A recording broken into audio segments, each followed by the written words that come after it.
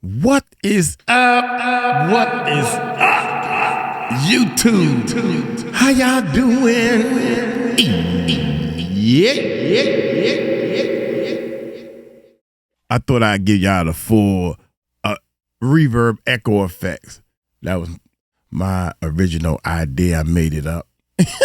I just said that because a lot of people out here is copycats and they bullshit.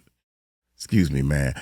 I was gonna come down here and break down some real drama that's going on in Uncle Mike's life.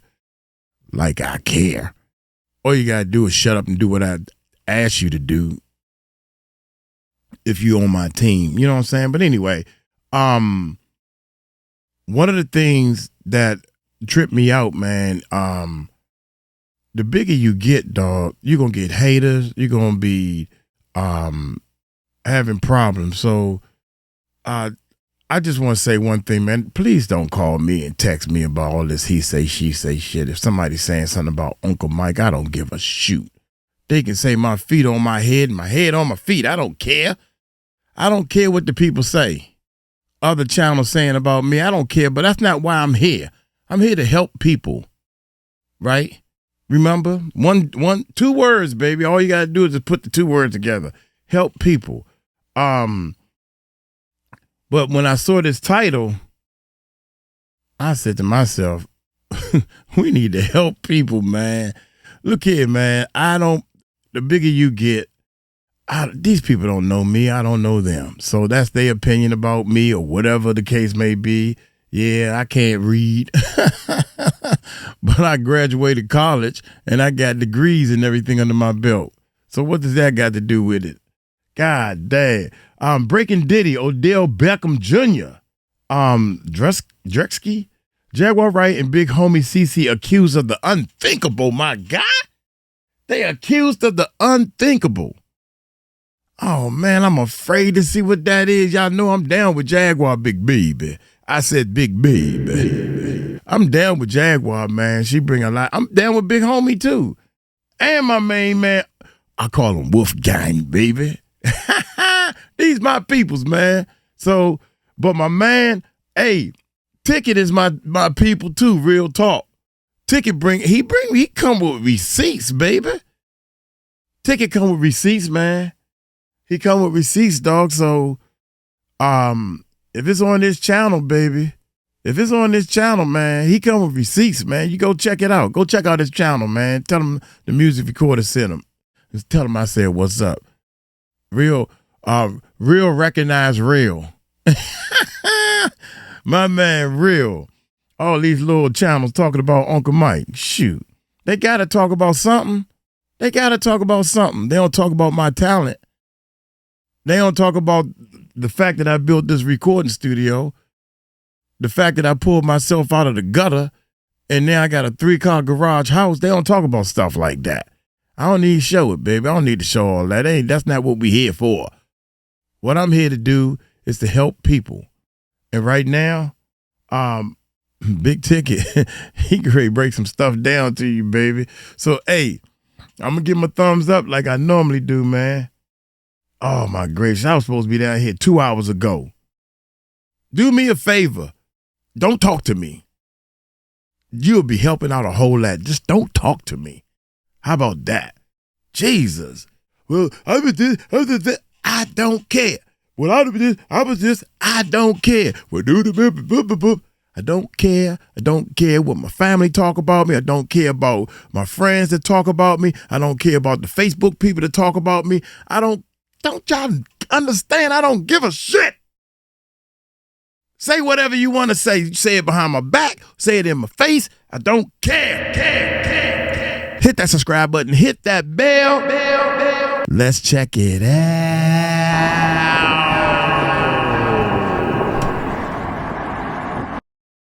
My bad. That I have on the screen. All right, here we go. Here we go, y'all. Man. Here we go. First of all, let me start off this video by saying that once again, all parties involved are innocent unless proven guilty. Yes. In a court of law. Man, A new lawsuit just dropped. Here we go with the receipts. And in this lawsuit that I have on the screen, it is an 82-page lawsuit, you guys, with some of the most damning allegations and other names have been alleged. Now, these people, I'm pretty sure, are going to come out and want to defend themselves. Oh, here we go, baby. And say what they're going to say. But I advise all these people that's involved publicly to get their representation legally before they speak on this. Because when I go through this, I already know what the reaction is going to be. This is going to absolutely break the internet right here. Now, if you guys have not liked or shared this video, do that, man. And again, man, each of these people, man, wow, bro. So in a lawsuit that has just been amended, refiled, as you guys can see right here on the top of your screen, right there, it says Sean R. Perez, ESQ, Nevada bar number 10421, law offices of Sean R. Perez. It gives the address, telephone number, Vegas, Nevada, email, or not email, but I think, email. Yeah. And also, it says Ariel Mitchell. You guys remember the lawyer, Ariel Mitchell Kid, who was on the news. We've seen Ariel Mitchell on News Nation, on many outlets.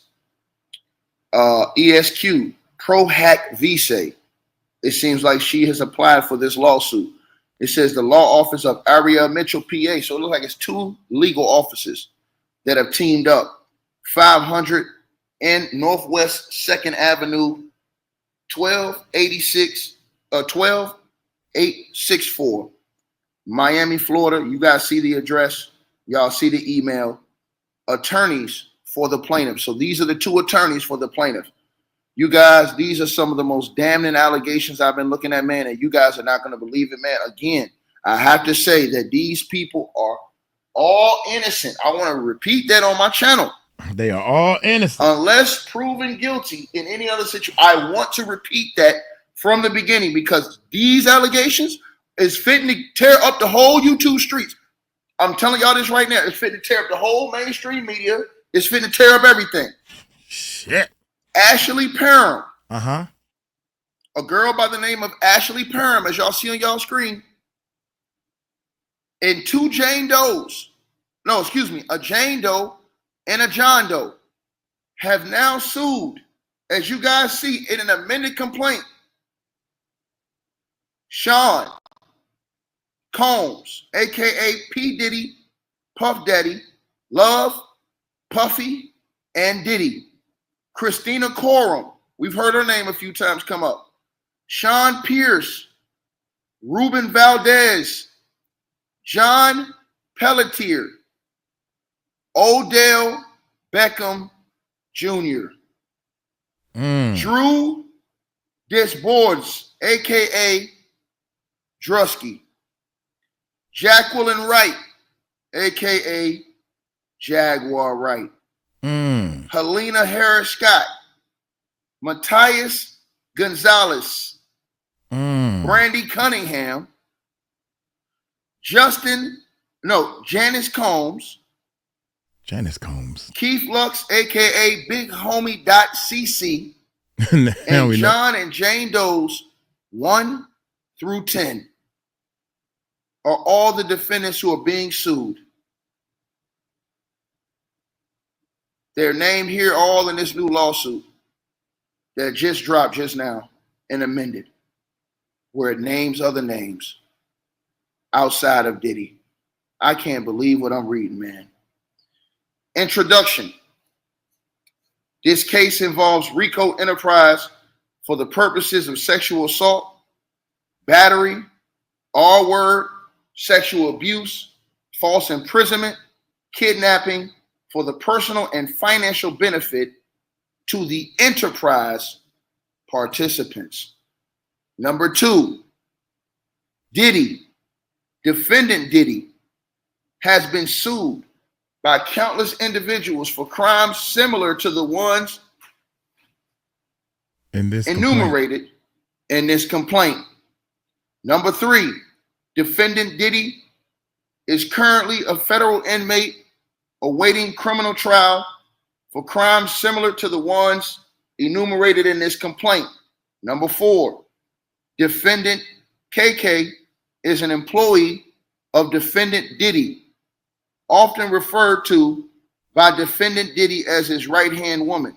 Number 5, Diddy's predatory behavior was constant and was well known by several individuals, including defendant Diddy's employees, staff, friends, family, and associates. In fact, defendant Diddy's sons are being sued for engaging in the same type of deviant behavior as their father. Wow. As pled in a Los Angeles Superior Court filing.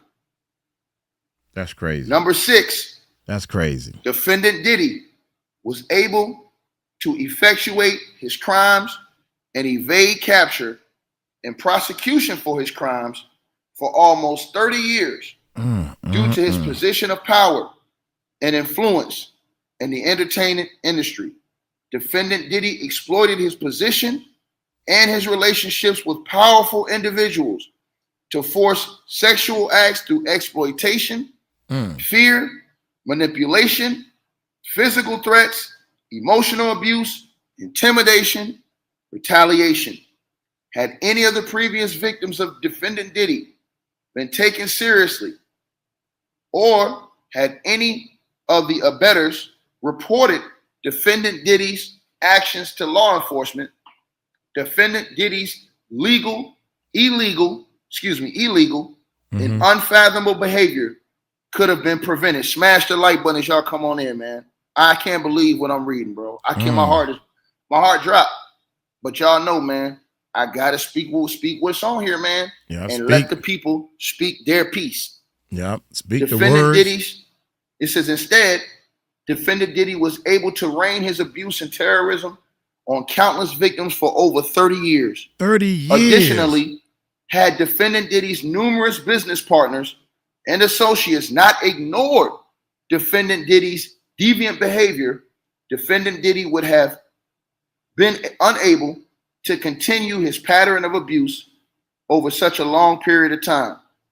As alleged herein, defendant Diddy abused his position of power in the entertainment industry to garner loyalty and trust from the public at large and law enforcement while instilling fear, intimidation in the hearts of his voluminous victims.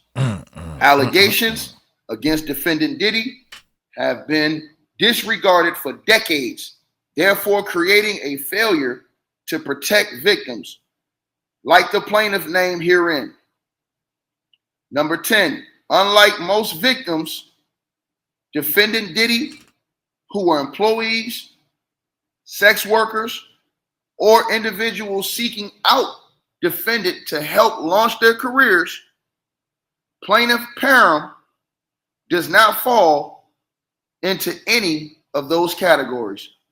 Plaintiff 𝗟𝗡𝗡 met defendant Diddy due to happenstance and still ended up being brutally victimized in a similar manner as described by others who have preceded her filing and others who will surely will follow, including plaintiff Doe's herein.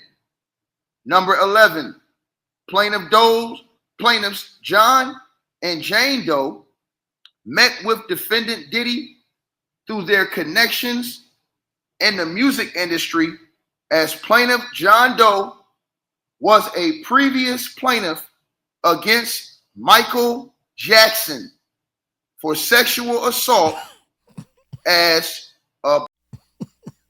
I'm sorry, y'all. My bad, y'all. When he said Michael, that's my name. Mike. Me? What I do? That's what I was like, oh shit. When he said Michael, boy, my heart dropped a little teeny bit. My bad. My bad, y'all. Wait a minute. Let's go back. Go, oh, my God. met with defendant Diddy through their connections in the music industry, as plaintiff John Doe was a previous plaintiff against Michael Jackson for sexual assault as a blank, a minor. And it gets worse, you guys, the allegations in this lawsuit. Number 12, due to defendant's agreement to participate in a corrupt enterprise, plaintiffs and countless other victims have been immeasurably and permanently harmed. Also, plaintiffs allege, and again, I hope this ain't real, bro. I hope and pray, man. Man, listen, bro. I'm hoping and praying that this is not real right here, bro. I'm hoping and praying this is not real. But I got to keep going, man. Plaintiffs and countless other victims have been immeasurably and permanently harmed.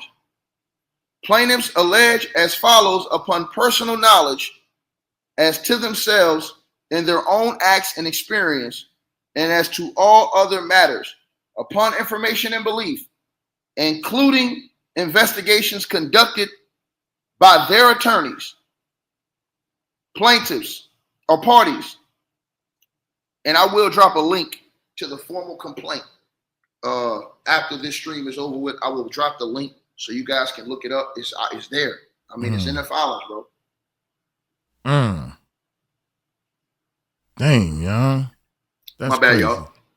I had to get some juice. You said, when did this drop? About an hour and a half ago. Come on now.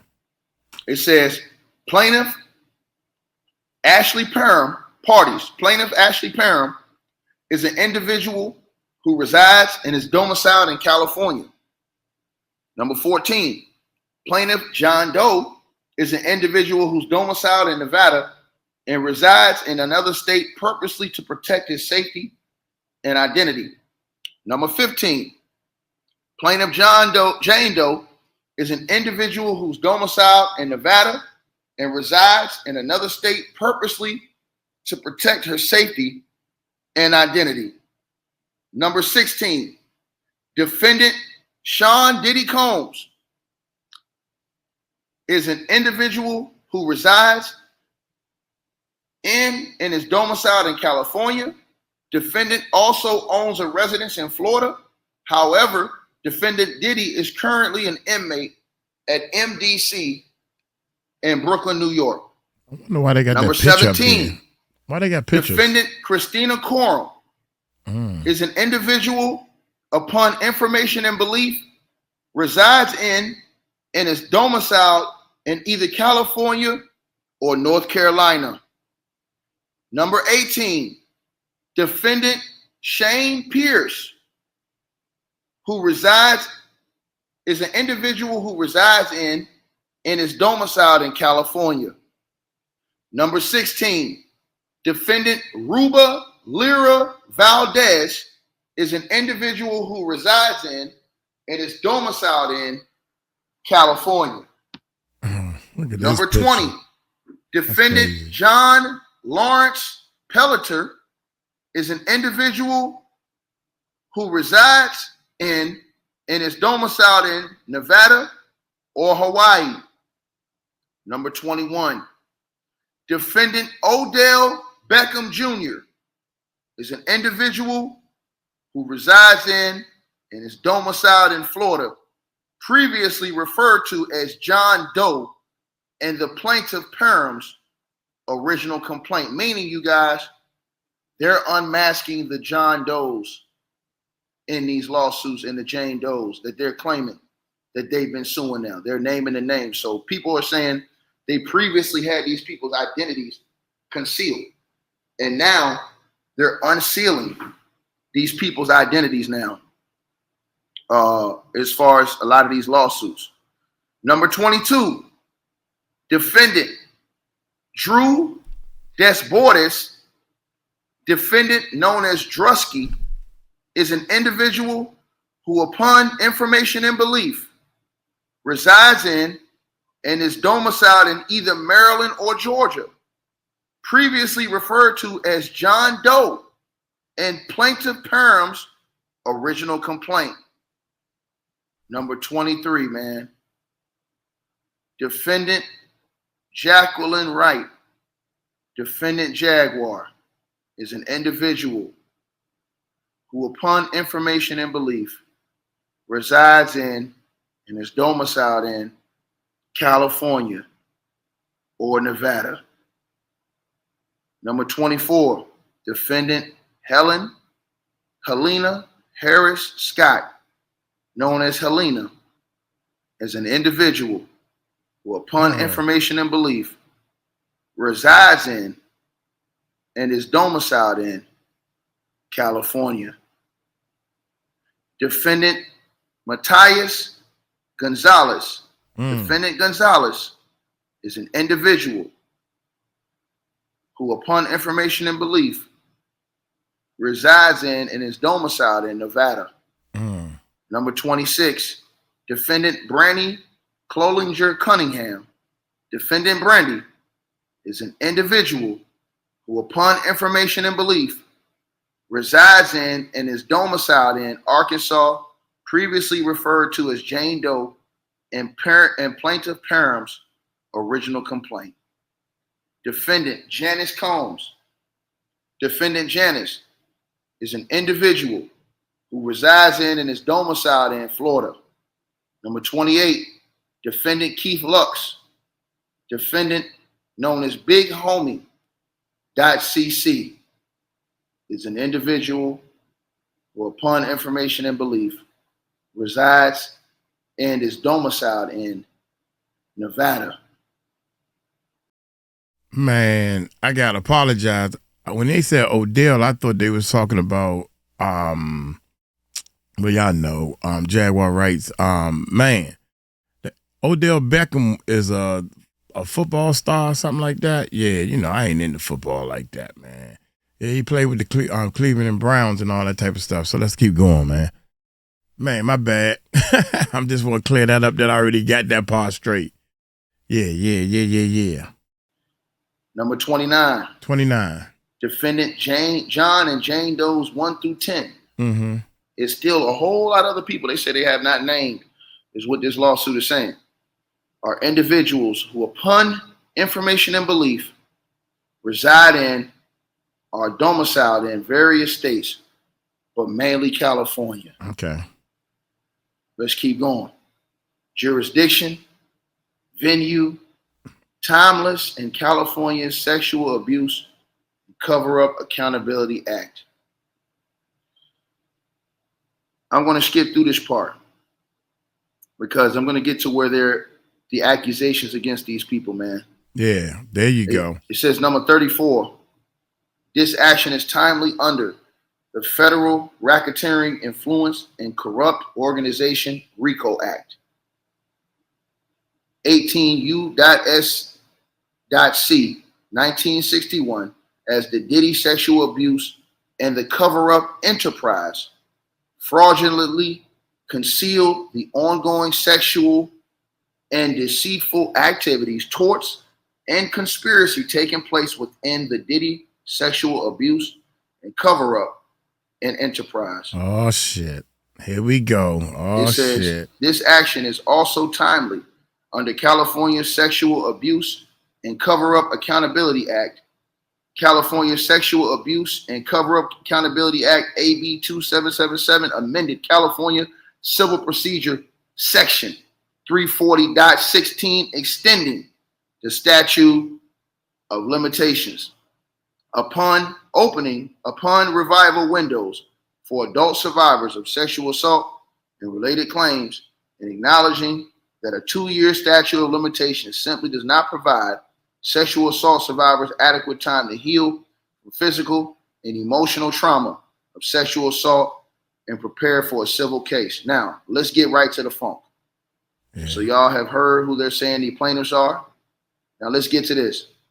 It says defendants, fraudulent concealment through active attempts to cover up caused the ongoing trauma of the plaintiffs to suffer. Plaintiff 𝗟𝗡𝗡𝗞𝗦 had repressed her experience until recently when defendant Diddy was accused by his ex-girlfriend, former employee Cassie Ventura, and others regarding their experiences with defendant Diddy.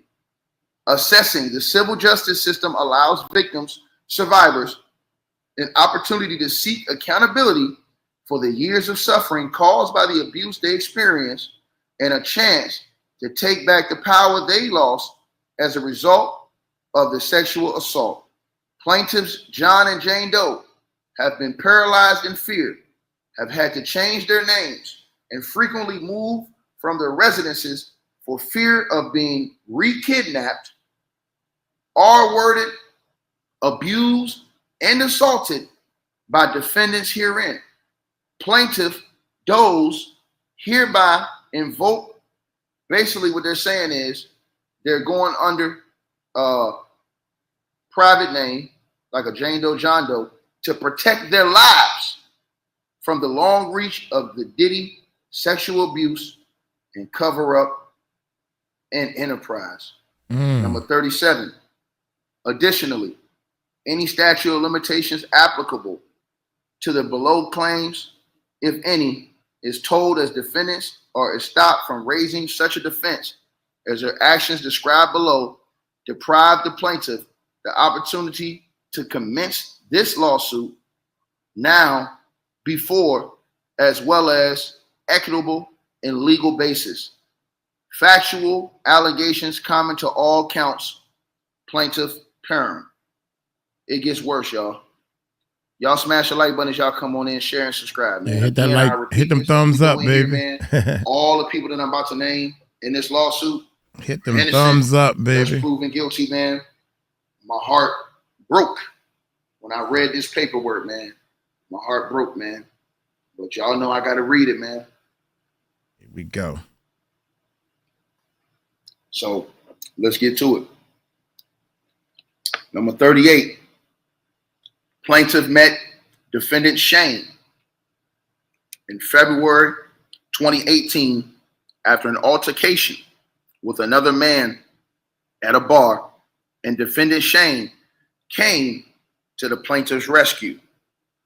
Number 39, while outside the bar with friends and other patrons, defendant Shane FaceTime video called defendant Diddy and was showing people defendant Diddy in the video on his phone, attempting to impress the people with his famous friend. Defendant Shane then showed plaintiff defendant Diddy on his video call, which the plaintiff ignored, stating she was not impressed by him, knowing defendant Diddy because she believes defendant Diddy has something to do with the murder of the rapper 𝗗𝗢𝗡𝗞𝗦 Shakur. Now, y'all remember this now. There was a woman. That woman had came out, made a lawsuit. If I'm not mistaken, I believe this is the same woman who claims that Diddy R-worded her and violated her with a remote control. If I'm not mistaken, I believe this is the same person we're going to see right now. Number 41, visible in the FaceTime call was defendant Diddy and some of his children, including his sons, Christian and Quincy. It appeared from the plaintiff's perspective that defendant Diddy was having a quote-unquote get-together at his home during the time of the FaceTime call with defendant Shane. Number 42, defendant Diddy heard the plaintiff's statement and made a remark that the plaintiff would pay for her statement regarding 𝗗𝗢𝗡 and overall dismissal of defendant Diddy. Number 43, on March the 23rd, 2018, defendant Shane invited the plaintiff over to his home to assist him with his cancer medications because he stated he was weak and unable to open his medications. Number 44, what a lie. Upon the plaintiff's arrival, defendant Shane informed the plaintiff that he wanted to give her a ride in his new car. Plaintiff and defendant Shane left his residence for a brief period and then returned. Number 45, once they returned, Defendant Shane left the door to his apartment partially open and stated that the door was ajar because there was an issue with the door where it couldn't close completely. Number 46, defendant Shane was renting an apartment on the lower floor of a home in Orinda, California. Number 47, defendant Shane had a separate entrance into his residence that led to the backyard of the home. The home also had a main entrance on Loma Vista Drive. Number 48, defendant Shane rented the home from a woman who lived in the upstairs portion of the home and had 2 dogs who resided with her. Number 49, plaintiff and defendant Shane then began to watch a movie, and defendant Shane offered her a glass of water, which he retrieved and brought back to the plaintiff. Number 50, approximately 10 minutes after the plaintiff and defendant Shane returned from their drive, defendant Diddy entered defendant Shane's residence. Number 51, defendant Diddy entered the home in a grand, ready-to-party manner. His grandiose entrance was loud that the dogs upstairs began barking. Number 52, defendant Diddy did not enter the home through the backyard entrance, but instead through the main entrance. Number 53, along with defendant Diddy. Oh, Jesus, man. Oh, Jesus, man.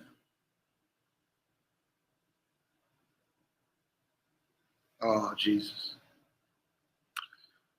Along with defendant Diddy were his bodyguards, defendant Big Homie.cc, defendant KK, defendant Brandy, defendant Doe number 2, who upon information and belief is a friend of defendant Shane and Diddy, and defendant Diddy's driver, Doe 3, who remained outside and in his vehicle during the duration of the plaintiff's assault. Number 54, Wow. Plaintiff believes defendant Shane invited her over to set her up to be assaulted by defendant Diddy because of the statement she made about defendant Diddy a month prior. Number 55, upon defendant Diddy's arrival, he immediately began to antagonize the plaintiff, stating she thought she would never see him in person, pay for her statements about Tupac during the video call that defendant Diddy caught the plaintiff. Plaintiff was in shock, as she never believed that she would ever see or meet defendant Diddy in real life, let alone in a small apartment rented by defendant Shane. Hold on, y'all. Big Homie CC now. Shut up. Now, I don't know. I'm thinking that this lady or these ladies or whoever's complaining probably seen Big Homie CC on YouTube a lot and say that's him. And he probably looked like other big dudes who are bodyguards. I don't know, man. So I'm hoping that Big Homie CC had an alibi. That's crazy. Man. Go ahead, goddamn Parker, man. Get that noise out, dog. He on the phone. Get that noise out. I'm eating my... Hey, Killer, you sit down too. Sit. I'm eating my fruit veggies. I've supposed to been on veggies all week. My bad, y'all. I fell off my diet. I'm too going back and forth. My bad. Let me get back to this. It says number 56. Plaintiff was in shock as she never believed that she would ever see or meet defendant Diddy in real life, y'all, let alone in a small apartment rented by defendant Shane. Number 57. Defendant Diddy then began advancing towards where the plaintiff was sitting on defendant Shane's bed with a knife and held it to the right side of the plaintiff's face and threatened to give her a Glasgow smile in retaliation for previous statements on a video call. 58.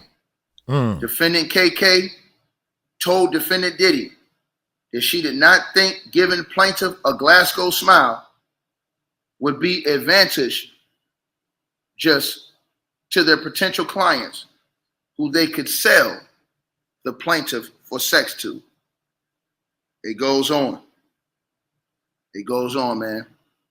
It says, number 59, defendant KK then made a threat to plaintiff that they could ship her off anywhere in the world and that she would never see her family or anyone she knew ever again.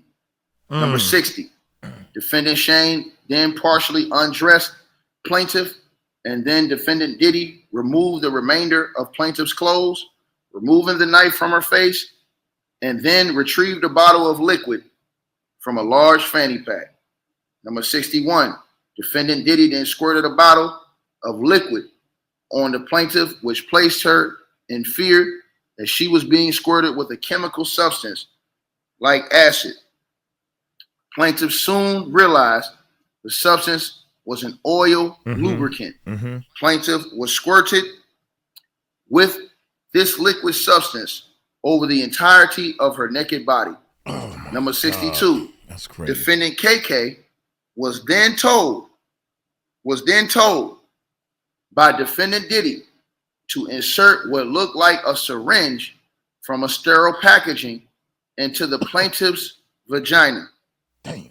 Number 63, defendant KK did as told while assisted by defendant Brandy, and then told defendant Diddy they were unable to use the IUD because it had prematurely been released from its packaging. Number 64, defendant Diddy, upset by this, took the syringe from defendant KK and tried inserting it in the plaintiff's area as well. Instead, it said that defendant KK and Diddy began to argue as defendant KK continued to advise defendant Diddy that since the IUD had been prematurely released from its packaging, there's no way they could insert it into her area effectively. After some time, defendant Diddy heeded the advice of defendant KK and removed the syringe from the plaintiff's area and handed it to defendant KK. Defendants KK and defendant Brandy then exited defendant Shane's residence, leaving plaintiff alone with defendant Diddy's, Shane, and the John Does who have been named herein. 67, defendant Diddy then picked up a television remote that was near plaintiff and violently inserted it into this person's area. Number 68, defendant Diddy, while violently R-wording the plaintiff with a television remote, told the plaintiff that her life was in his hands and that if he wanted, he could take her and she would never be seen again. Plaintiff began hysterically crying from threats of defendant Diddy, along with the pain of being violently R-worded by defendant Diddy with a television remote, as well as lingering pain from the ordeal with the IUD syringe insertion. Defendant Diddy. I know she was probably thinking right at that moment, man, you know what? I was right about you all along. You did have something to do with Puffy murder, because if you doing this to me right now, you are a bad person. You worse than what I thought you was. What everybody's saying about you is true. That's what she thinking right now. I bet you. Diddy with a television remote, as well as lingering pain from the That's ordeal messed up, man. with the IUD syringe insertion. Defendant Diddy then instructed defendant Shane to turn the plaintiff on her stomach, seemingly tired of hearing the plaintiff's cries. Defendant Shane then grabbed the plaintiff by her abs and hips and turned the plaintiff on her stomach. Defendant Diddy instructed defendant Shane to put a pillow over her head because he didn't want to see her face or hear her cries, and instructed defendant Shane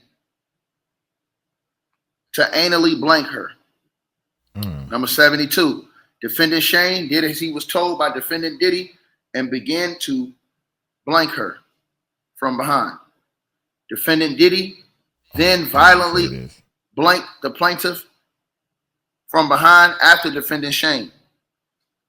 Oh, don't say this. Defendant Doe 2 then joined defendant Diddy and Shane, taking a turn from behind, blanking the plaintiff. Immediately after defendant 2 blanked the plaintiff, he exited defendant Shane's residence. Number 76. Oh my God, bro. Defendant Diddy then instructed another defendant Doe to also R-word the plaintiff. Defendant Doe has been determined to be defendant Drusky. Again, all these names I'm naming, all these people are innocent unless it's otherwise proven in some court of law. We over here, if it's in the paperwork, we're gonna speak about it. Yeah. But these people have a right to have their argument as well with their names being put in this situation. I'm pretty sure that they're gonna do that. I would advise every one of them to get legal counsel. You understand? Because these allegations that's in this thing is serious, and it's gonna get worse as this thing goes along. And so, as I said before, man, you know, you gotta offer that to everyone when you're reading these type of allegations, man. You know what I'm saying? Because this is unbelievable, bro. Let's go on. It says, instead of immediately R-wording the plaintiff, defendant Drusky doused the plaintiff with more oil, lubricant, and then jumped on top of the plaintiff, naked, oiled body, treating it like a slip and slide, and knocking the wind out of the plaintiff due to his enormous size. Damn. Number 78. Defendant Drusky then caught himself from sliding over the plaintiff's oil body and off the bed. He then began R-wording the plaintiff in her area. Number 79. While defendant Drusky was R-wording the plaintiff, defendant Diddy sat in a chair near his bed and began pleasuring himself, choking his chicken, while recording Damn. the plaintiff's violation. It is, dude. R-word by defendant Drusky. So they're saying that Diddy recorded this. It is so many people saying that Diddy would get to the side and like to watch. I ain't know it was a such thing as that. I don't want to watch. I want to be in the action. And oh my God. So you would sit back and I thought you were supposed to choke the chicken when you ain't got no other choice. Not choke the chicken and watch. I ain't know that. Jesus, man. Boy, first the fat boys break up, now this? Jesus, man, I don't understand. Here we go, man. This is crazy, man. The plaintiff's violation. God. R-word by defendant Drusky. So they're saying that Diddy recorded this.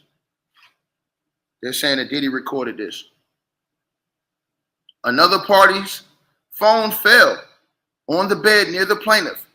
The plaintiff then attempted to grab the phone, but it slipped out her hands and on the floor due to the oil and lubricant that had been doused all over her person by defendants Diddy and Drusky.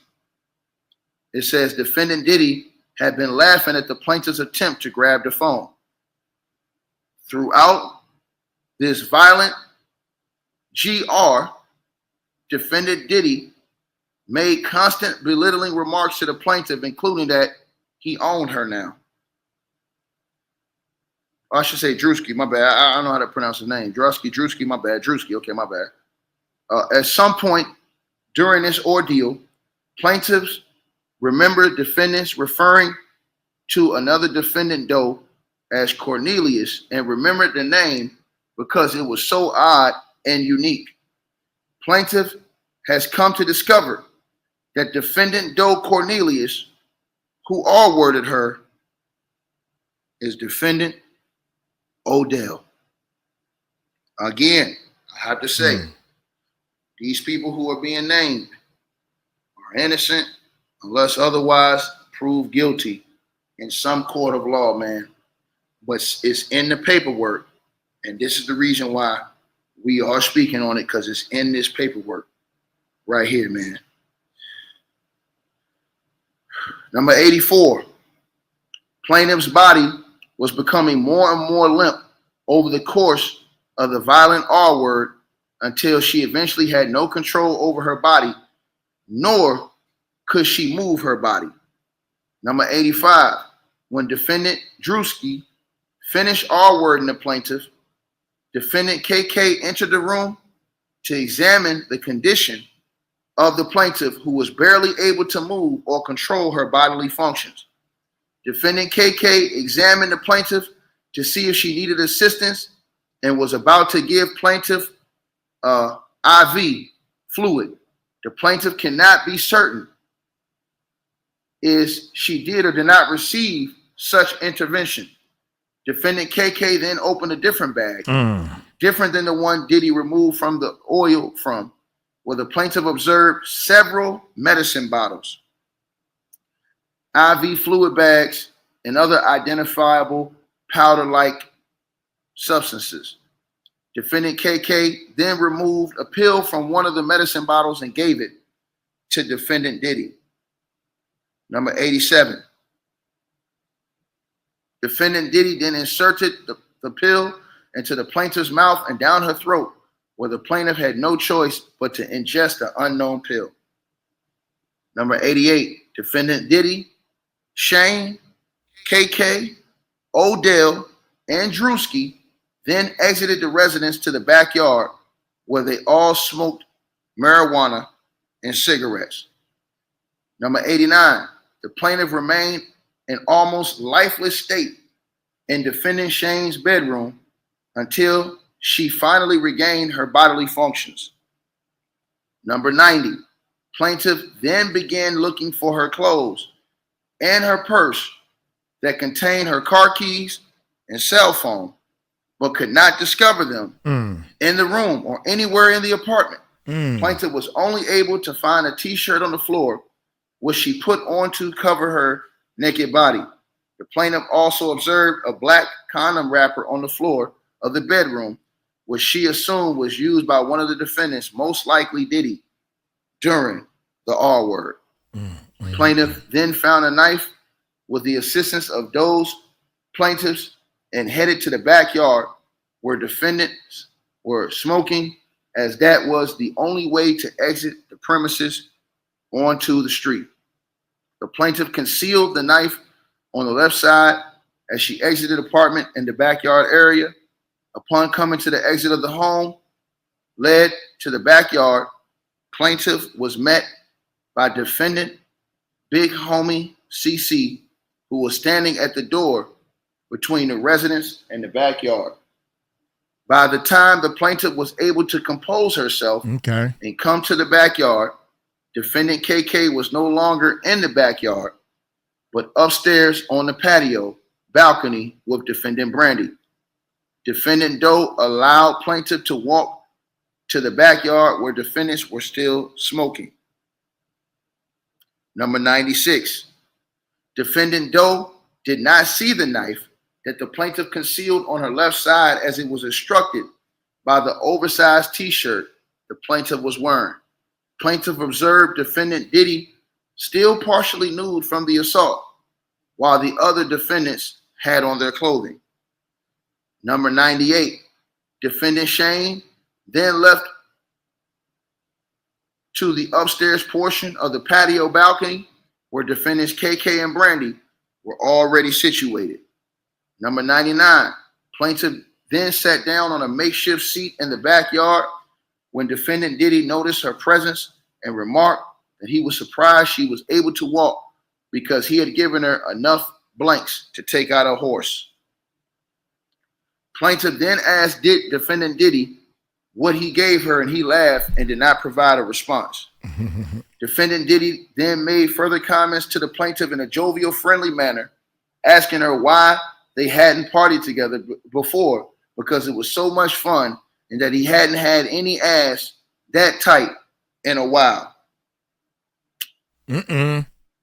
Defendant Big Homie CC then quipped at defendant Diddy that he probably hadn't had any ass that tight because he's not used to having anal with women, which defendant Diddy and Doe laughed at.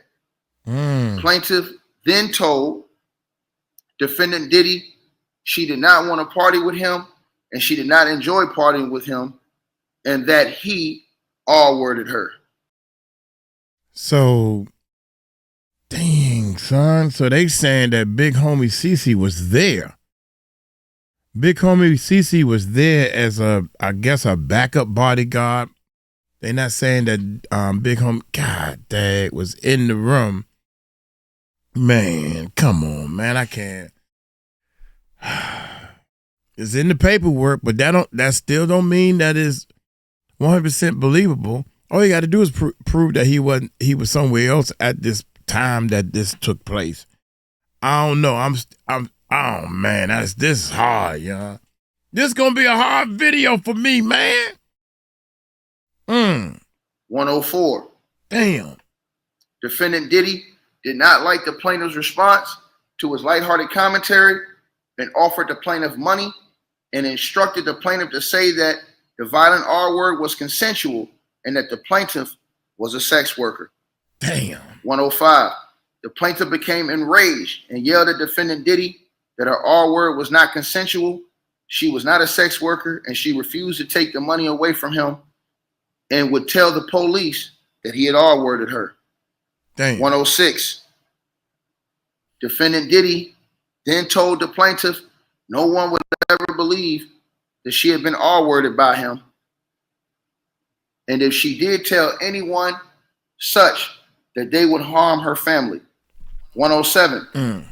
Defendant Big Homie CC then showed the plaintiff his phone, which looked as if it was outside of the plaintiff's estranged sister's residence, as she could see her sister sitting on the couch and her sister's spouse on the balcony. It looked as if someone was outside the residence streaming this video to defendant Big Homie CC's phone. Again, these are all allegations. You understand what I'm saying? Mm-hmm. All the people that's being named are innocent unless proven guilty in the court of law. Damn, and they're going to have an opportunity to speak on their own behalf on these allegations that have been put out here against them. I want to make that clear. As I read these allegations, all I'm doing is reading what these people are trying to put in the paperwork. Or not trying, put in the paperwork. Yeah. Period. I want to make that clear again. You understand what I'm saying? Mm-hmm. He don't want them coming after him. So you make your own decision. You know what I mean? And so, again, this lawsuit is being done by a guy named 𝗗𝗎𝗡𝗞𝗦, and 𝗟𝗓𝗡 Mitchell-Kidd is this lady's representative. It's supposed to be that lady who named herself and two other people who are John Doe and a Jane Doe, who have been unnamed, who are making these allegations. And again, we're not even halfway through this yet. It says defendant Diddy then called defendant Janice, meaning his mother, in an effort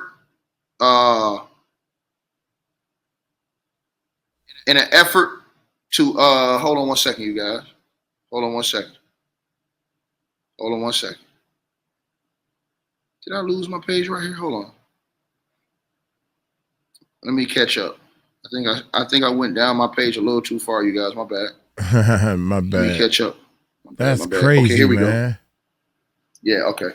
So it says the defendant Diddy then called defendant Janice in an effort to further convince the plaintiff to not report her assault. Defendant Janice yelled at the plaintiff to not hurt her son. Plaintiff told defendant Janice that her son had violently R-worded her. Defendant Janice, seemingly unfazed by the statement, then continued her demands with the plaintiff to take the money being offered and not report the R-word to law enforcement. 110. Up. Defendant Diddy then made further threats that he had gotten off from bigger crimes than this and referred to Tupac again, further antagonizing the plaintiff. Damn. Number 111, defendant Big Homie CC then turned to defendant Diddy and pulled his blicky on him, asking him to repeat what he said in reference to Tupac.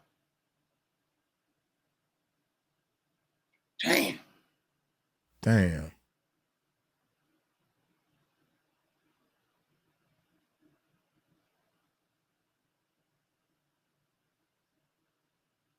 Y'all know me. I like Big Homie.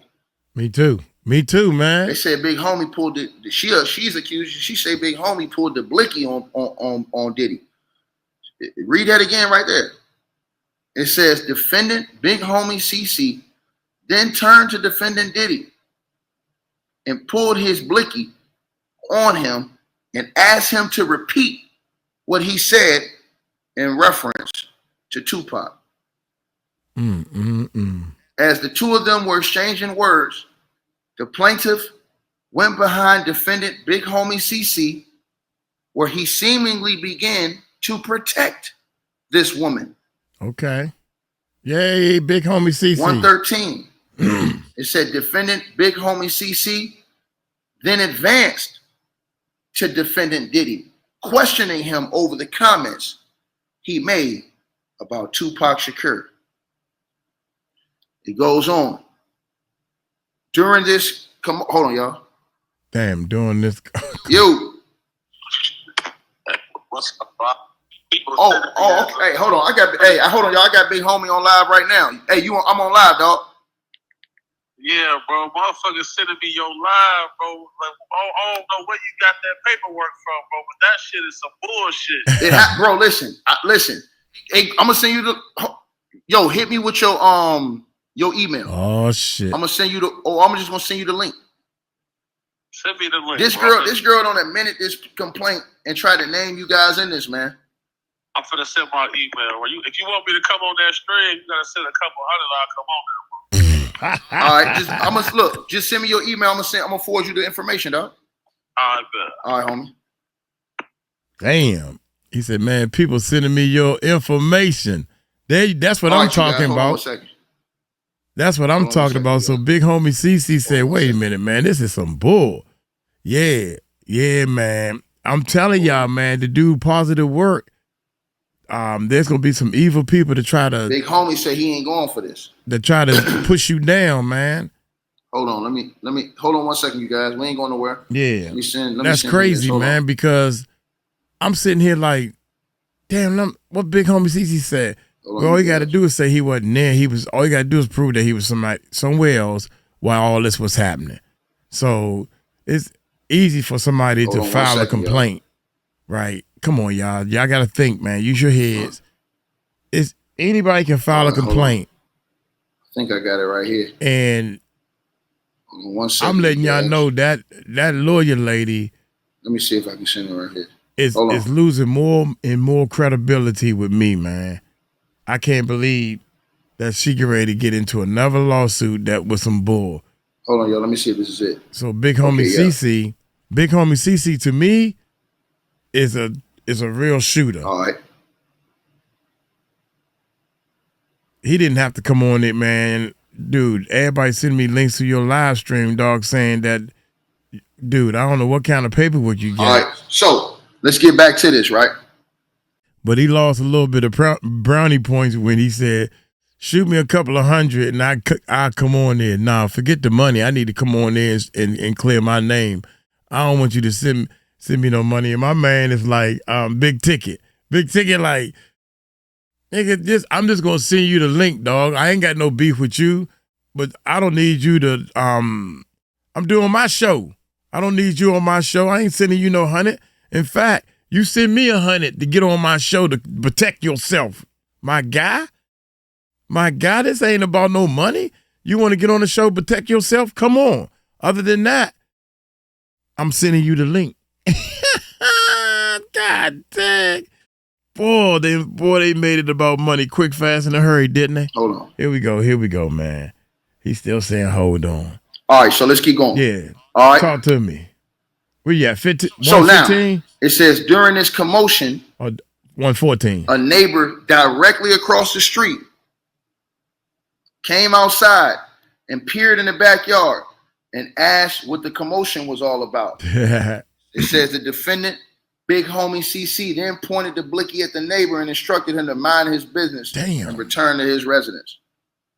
It goes on to say defendant Big Homie CC then turned the blicky back on Diddy. Damn. The plaintiff, not far behind Big Homie, tried to grab defendant Big Homie CC's hand that had the blicky.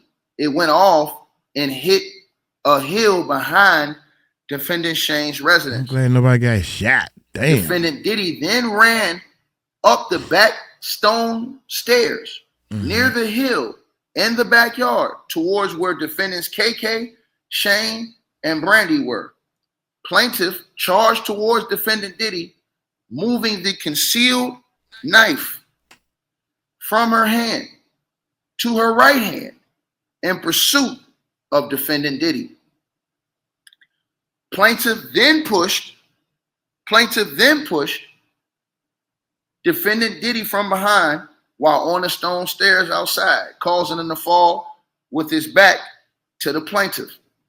Plaintiff then raised the knife in a rage from the events that just transpired and with the intent of driving it into Diddy's back when he turned around and began pleading for his life. 119, plaintiff shocked now to see defendant Diddy acting as a victim, had a moment of clarity, and then turned and ran down the outdoor stone staircase back out to the backyard to escape. Defendant Diddy then chased the plaintiff down the stairs and attempted to push her, but she was already at the bottom of the stairs and gained her footing and welded the knife at defendant Diddy, grazing his abdomen. Hearing the commotion, defendants KK and Brandy emerged, and defendant KK then began administering first aid to defendant Diddy for the injuries caused by the plaintiff. Plaintiff tried to make a quick dash for the exit, but was thwarted by another defendant, Doe. After a period of time, the plaintiff was able to abscond from defendant Doe due to the first aid commotion with defendant Diddy and was able to run down the street. Once the plaintiff made it on the street, she began yelling loudly for someone to call the police. Defendant Doe, who had now caught up with the plaintiff, advised plaintiff that he was an undercover. To this day, the plaintiff is unsure of the truth or falsity of that statement. The same neighbor then again emerged from his residence asking what was transpiring. Just as plaintiff was attempting to answer, shots began firing in the plaintiff's direction. What? The plaintiff fled to the car where the neighbor was also taking cover and lost sight of defendant Doe. Plaintiff then heard an SUV screeching and speeding, leaving the residence. Plaintiff then entered the home of the neighbor, who informed her that he had already called the police. Plaintiff informed the neighbor that it was Sean Combs who had all-worded her and shot at them, but the neighbor was unaware who defendant Diddy was.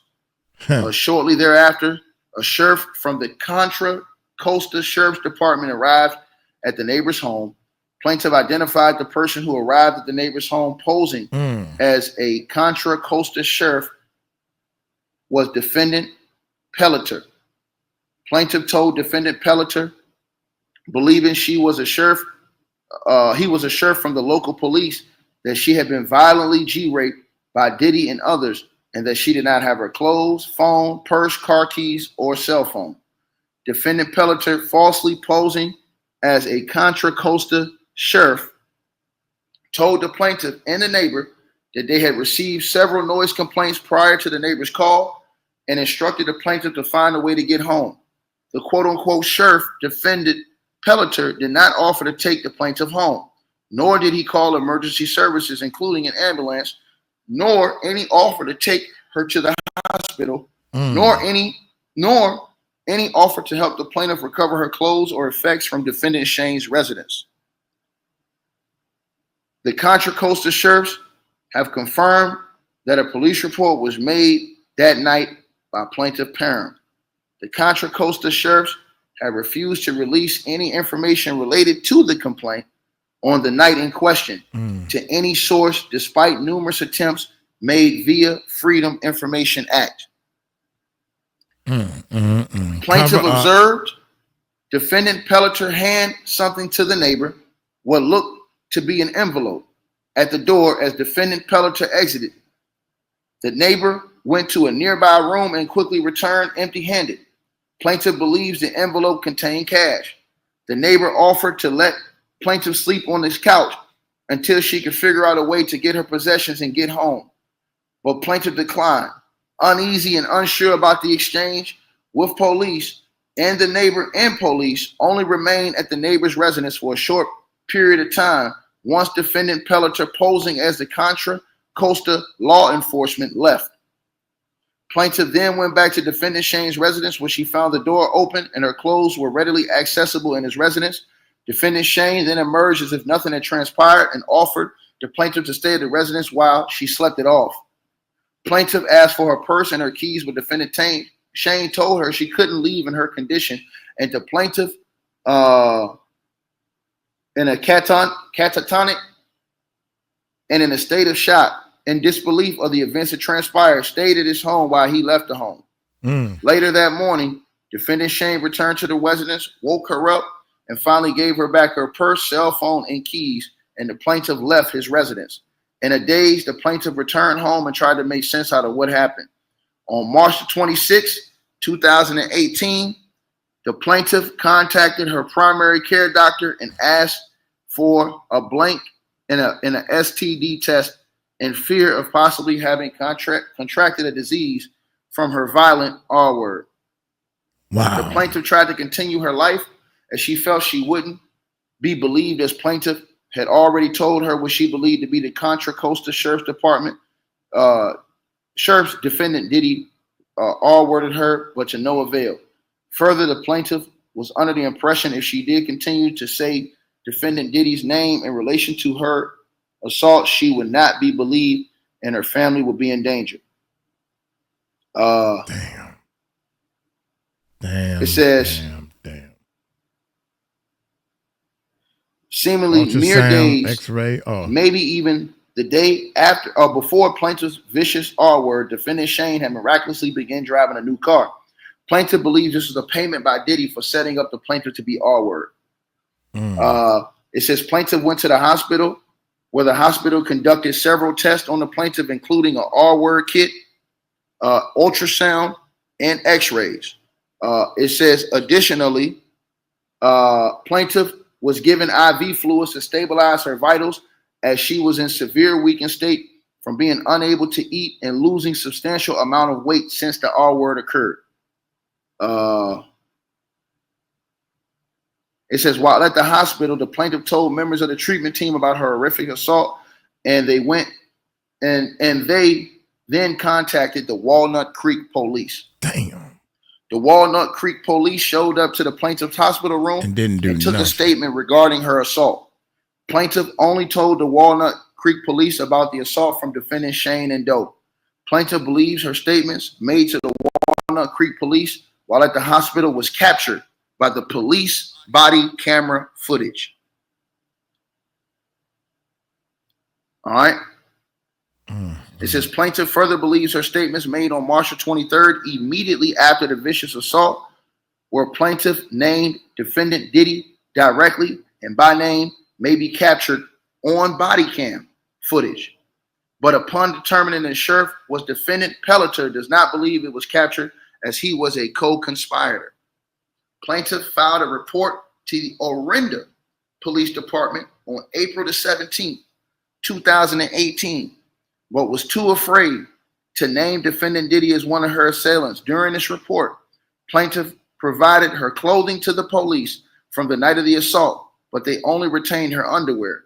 To date, the underwear was never returned, and the plaintiff believes no investigation ever commenced.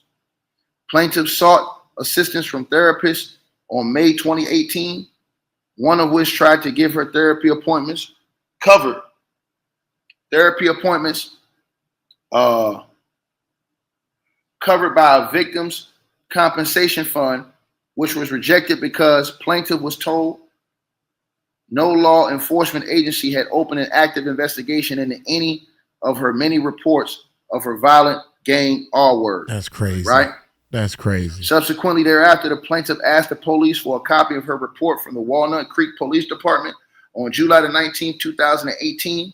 The plaintiff was provided a letter from the Walnut Creek Police Department stating that it was unable to furnish the information as it is confidential and not subject to public release, despite the plaintiff not being the public and the victim complaint.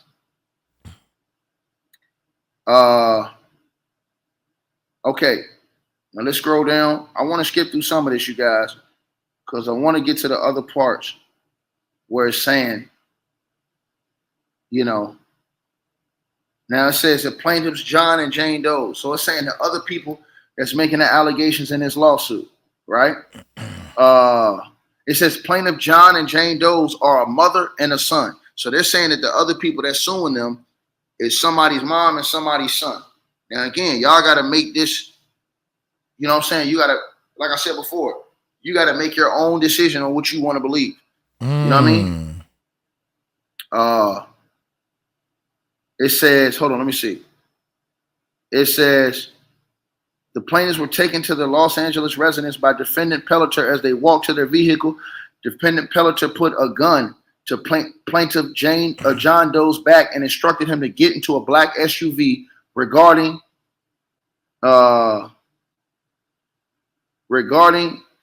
extraditing plaintiffs for warrants to California. Plaintiffs did not have any warrants nor convictions. Plaintiff demanded to be shown the warrants, and the defendant 𝗟𝗟𝗡𝗢𝗢 refused and threatened to shoot the plaintiffs as they further protest. In the back of the black SUV was defendant Valdez.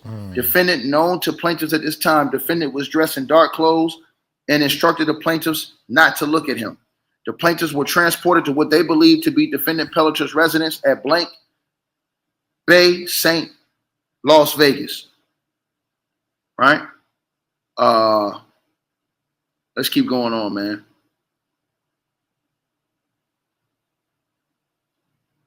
Let's keep going on. Because I know what y'all want. I know what y'all trying to hear, man. This thing is 87 pages, bro. 87 pages. This is crazy, man. Man.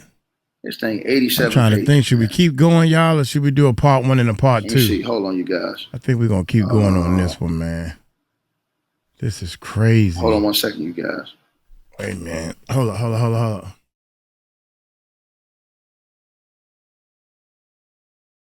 During the transportation, the plaintiff was forced to listen to a device with music similar to a device associated with defendant KK's nonprofit organization, Music Beats Hearts. Music Beats Hearts in order to prevent plaintiff from that basically eavesdropping on the defendant. Okay, I just want to see some of the stuff that he's kind of skipping. Let me scroll down.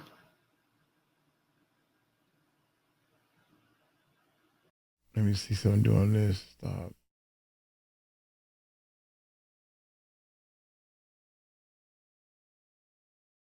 During this stop is when complainant noticed that KK was part of the convoy.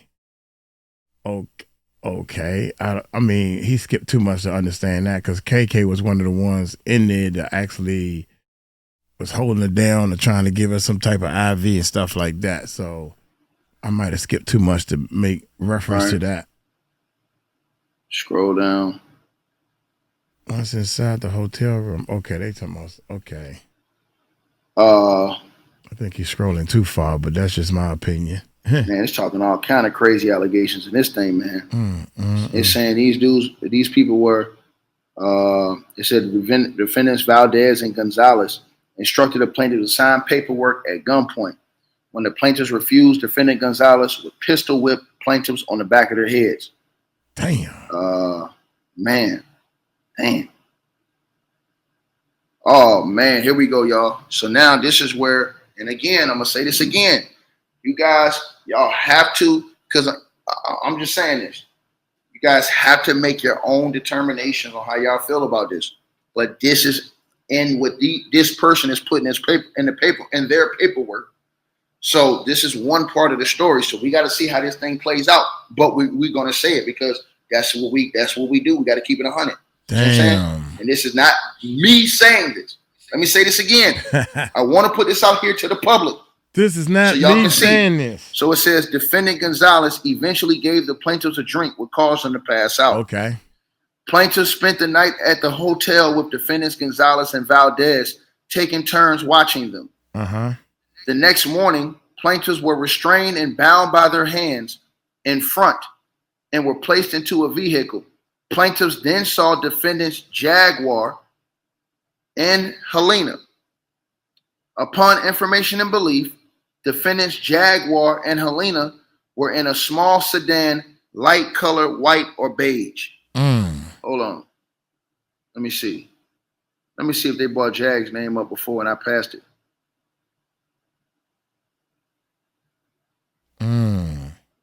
No, I don't think they brought a name up. Okay, they just now mentioning it right there. Okay. So now they try to put Jaguar in this thing. Damn. Let me get back to where I was, you guys. Damn. There it goes right there.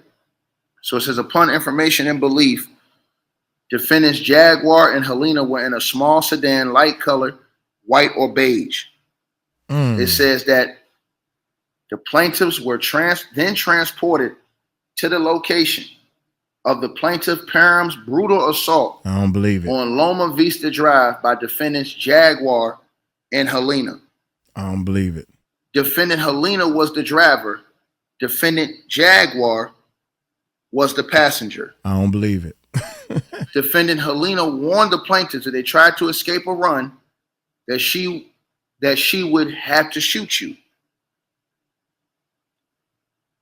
Defendant Helena also warned the plaintiffs not to throw up her vehicle, saying, "You better not throw up in my car or get sick."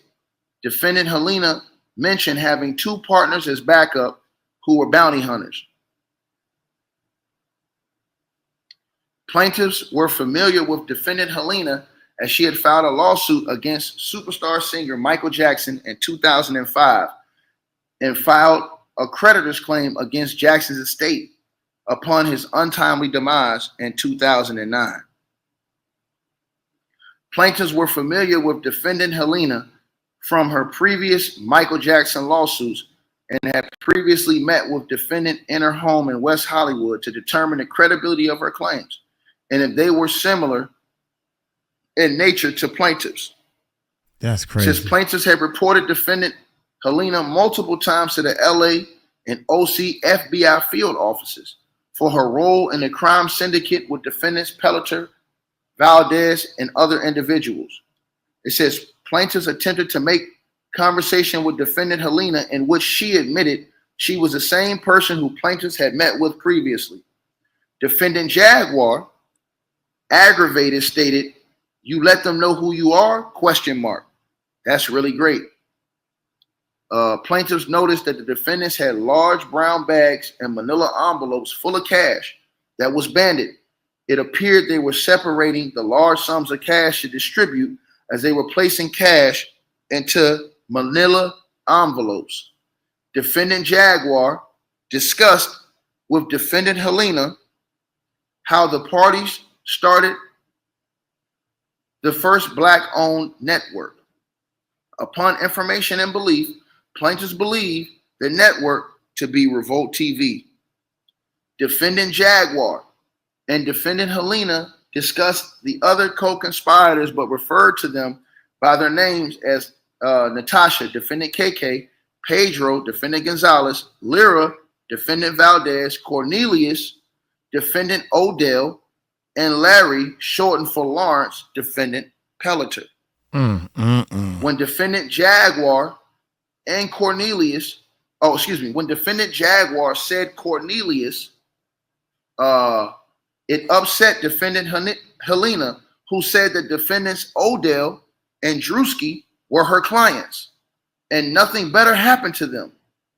And plaintiffs better not say anything about them, or she would have the plaintiffs unalived. it says defendant Jaguar told the plaintiffs they were being taken to meet John. Plaintiffs now know she was referring to defendant Diddy. It says when defendants arrived with the plaintiffs at the Loma Vista location, it appeared as they were waiting and coordinating others to arrive.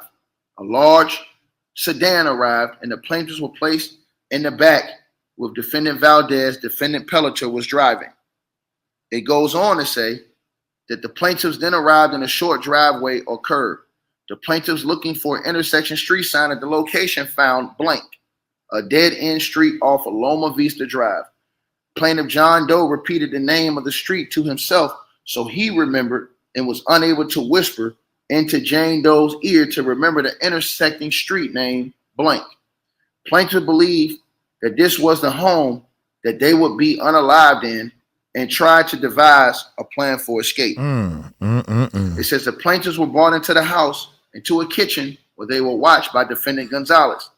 The plaintiffs repeated their pleas to defendant Gonzalez to be released and for mercy, which he replied, there's nothing he can do. Plaintiffs could hear other people inside the home and tried to listen to understand what was happening, and which included a woman's scream. Eventually, the plaintiffs were led deeper into the home where they were encountered more individuals, including defendant Diddy. 227. It said that the plaintiffs observed several individuals gathered around a bed while defendants Gonzalez and Valdez stood outer guard. Plaintiffs observed defendants Jaguar and Helena enter the residence. Defendant Jaguar told the plaintiffs, he wants something you have. If I were you, I'd figure out what it is really fast. The he defendant was referring to is believed to be defendant Diddy.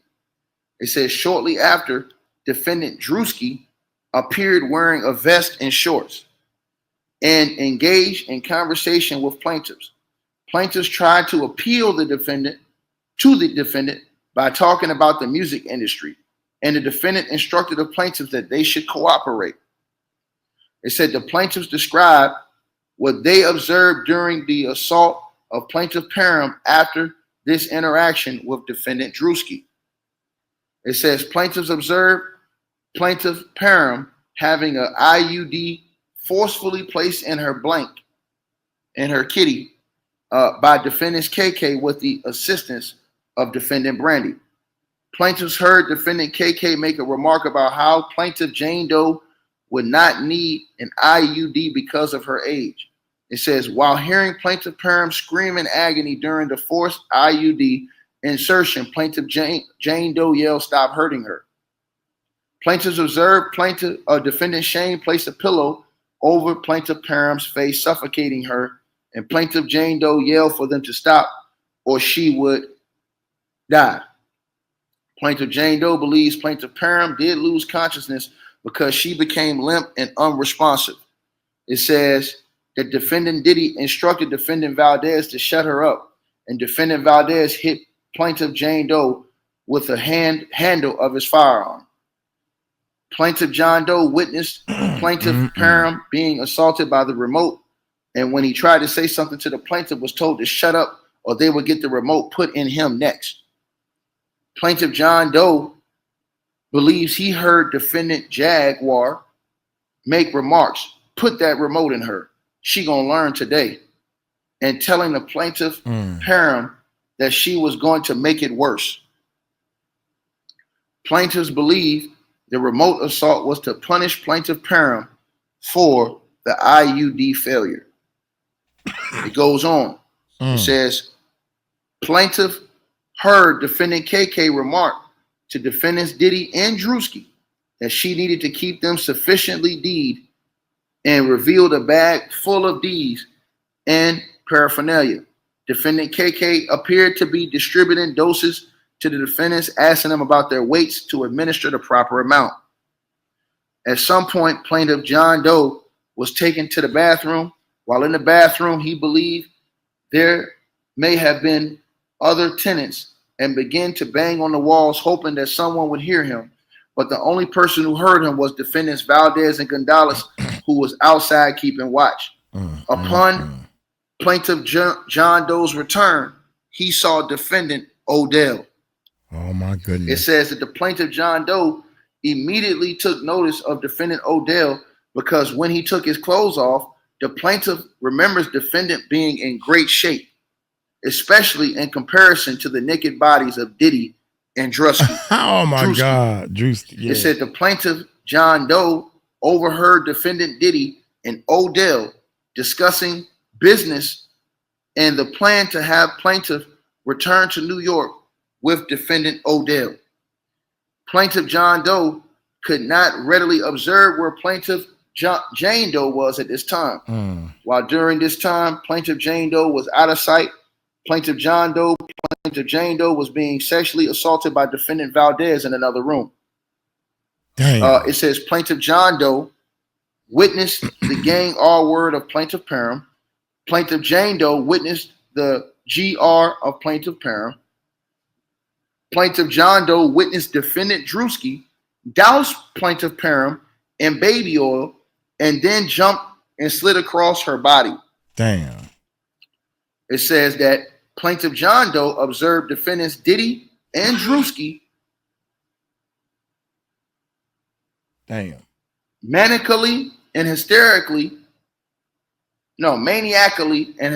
laughing, which plaintiff attributed to their D use.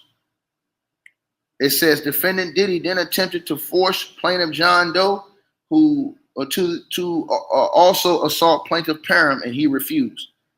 It says the defendant Diddy instructed defendant co-conspirators to throw plaintiff John Doe into the wall several times in order to get him to comply with his demand to R-word plaintiff 𝗟𝗡, which he would not comply. Defendant Diddy instructed defendant co-conspirators to yank, grab, and pull at the plaintiff John Doe's beefcake violently in an effort to punish him for not participating in the GR word of plaintiff 𝗟𝗡. Plaintiff John Doe remembers. Man, this is so crazy, man. This sounds like a daggone movie script. It sounds like, I mean, that's what it sounds so crazy that people wouldn't believe it, man, but it's too many. It's too many fingers pointing at this crazy dude. Here we go, man. Again, I gotta say this, man. Man, listen, bro. You guys, Ariel Mitchell Kidd and that other lawyer, and these people brought, boy, I'm telling you right now,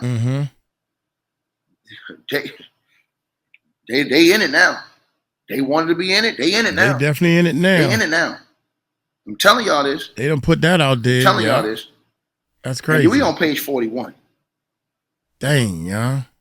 It says, at plaintiff John Doe's beefcake violently in effort to punish him for not participating in the GR of plaintiff 𝗟𝗡. Plaintiff John Doe remembers defendant Big Homie CC saying he was going to look for pliers to use to further torture the plaintiff. Come on, man.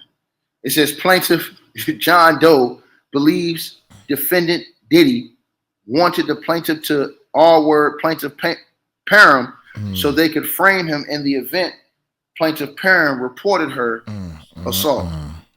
Are you serious? God. It says in an effort to get DNA from plaintiff John Doe to place on plaintiff 𝗟𝗡, defendant Diddy had one of the defendant co-conspirators orally copulate plaintiff John Doe to get milk from him, right? But it failed. And when I say milk, y'all know what type of milk I'm saying. It said plaintiff Jane Doe observed defendant KK return to the room to check on plaintiff 𝗟𝗡 and providing her an IV for telling her to breathe deeply. Plaintiff John Doe watched plaintiff 𝗟𝗡 lose consciousness. At some point, plaintiff Jane Doe returns after defendants Diddy, Shane, 𝗟𝗓𝗓𝗏, and Odell, KK, and others to leave the home and retire to either the backyard or the upstairs patio. Plaintiffs were left alone and unattended with an unconscious plaintiff 𝗟𝗡. Man, this is, man, like I said before, man. Bro, this is crazy, man. It goes on to talk about Diddy's sons right here. It says, plaintiffs observed others outside believed to be defendant Diddy's sons, Christian and Quincy. Plaintiffs observed them from roughhousing and practicing layup basketball moves. It said plaintiffs heard defendant Diddy tell his sons to watch the gate and make sure no one left. It said a plaintiff observed defendant Gonzalez outside the front door, where the front door was barricaded by yellow crime scene-like tape. The door lock was unusual because it was facing backwards, needing the key to exit. Let's just keep scrolling through this, bro. I'm on page 42, man. This is crazy.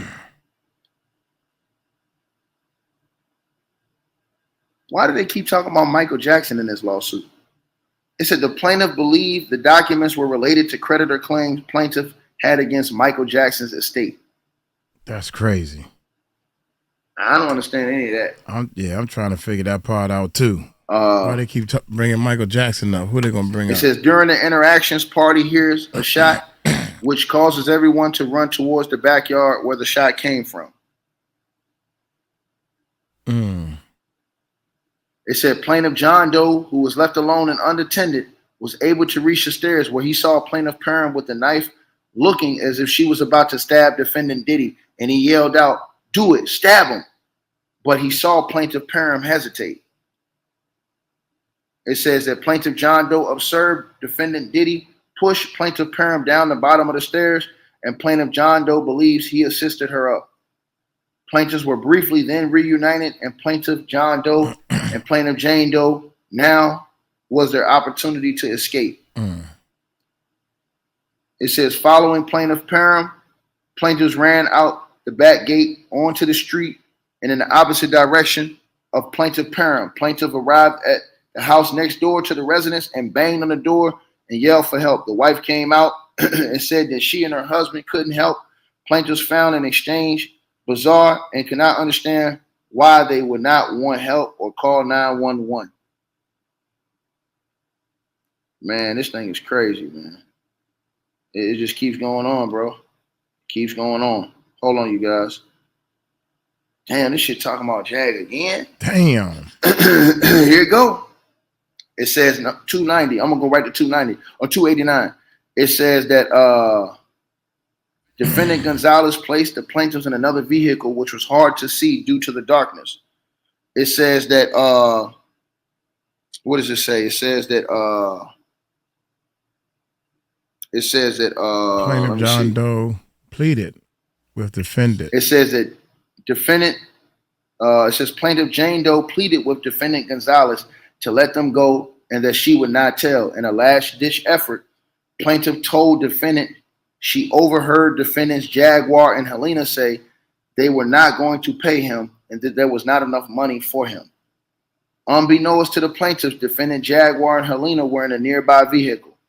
Defendant Gonzalez exited the vehicle and went to the vehicle with defendant Jaguar and Helena and confronted them about what plaintiff Jane Doe had said. Defendant Gonzalez returned to the vehicle where plaintiffs were being held, seemingly confirming what plaintiff Jane Doe said because plaintiffs heard him use the Spanish term mayate, which is often used as a slur towards black folks. It says defendant Gonzalez then walked plaintiffs to a nearby street where the SUV was parked and gave the plaintiff the keys to the vehicle and released them. Man, bro. This is freaking crazy. It says first cause of action, violation of 18 USC Racketeer, Influence, and Corrupt Organizations Act, RICO, plaintiff against all defendants.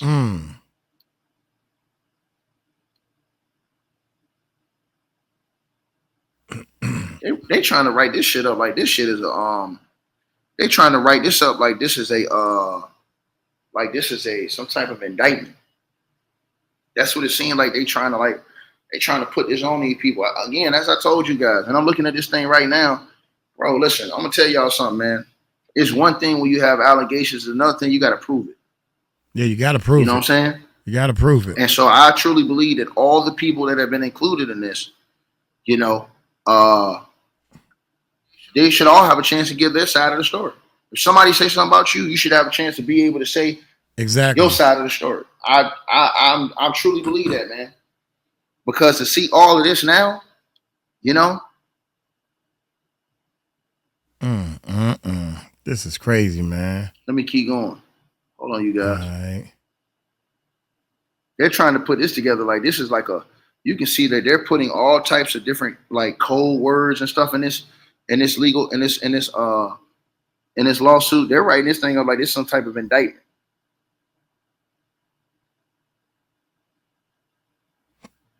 You guys can see how they're writing it right here, man.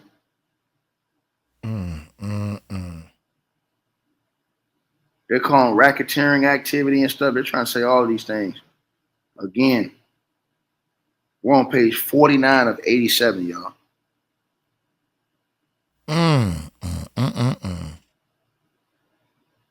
Why he's scrolling? Let me see. Did he put a link up there? Because he sent Big Homie to CC the link. What? So it says defendants knowingly benefited from Diddy's sexual abuse and cover-up enterprise as they retain employment benefits and other monetary benefits. Specifically, defendant Shane mysteriously had a brand new car upon information and belief provided to him by defendant Diddy and thanks and appreciation for facilitating the sexual assault on the plaintiff. Defendants Pelleter, Valdez, Jaguar, and Helena received and handled cash on behalf of the enterprise. They're trying to put Jaguar in the enterprise. Defendants Odell and Drewski received benefits related to their celebrity, specifically defendant Drewski, who had a TV show on the Revolt TV network. So it doesn't say what they did for Odell Beckham Jr., but they're trying to say for Drewski, they're trying to say they gave Drewski his own TV show. It says defendants willfully ignored the dangers of Diddy's conduct and pattern of harassment, sexual assault, abuse, misconduct solely for their own personal economic benefit. Right? It says plaintiff reports to the police were ignored. Others who complained about Diddy's egregious behavior were ignored until Cassie Ventura sued defendant Diddy. Right? It says, since Mrs. Ventura's bravery, countless individuals have come forward and filed complaints regarding sexual abuse at the hands of defendant Diddy. It says the course of victims and evidence obtained by the U.S. Attorney's Office for the Southern District of New York ultimately led to Diddy being indicted for RICO violations of sex trafficking, among other charges. It says the Diddy sexual abuse and cover-up enterprise and its members protected defendant Diddy, therefore allowing defendant Diddy to continue with sordid and egregious sexual abuse practices, intimidated witnesses and victims from reporting defendant Diddy's crimes, and interfered with investigations concerning his abuse. They're trying to say that the show, and they put the show right here at the bottom, y'all. They're saying the name of the show is Sneaking In with Drewski, announced by defendant Diddy in 2021. So this person is alleging that because they're saying that because Drewski went along allegedly, they're alleging that Drewski went along with this situation with Diddy, that Diddy gave him a TV show called Sneaking In with Drewski, and it was announced by Diddy in 2021. Wow. That's what they're saying. And right here, you see that I outlined it at the bottom of page 51. Yeah. Right?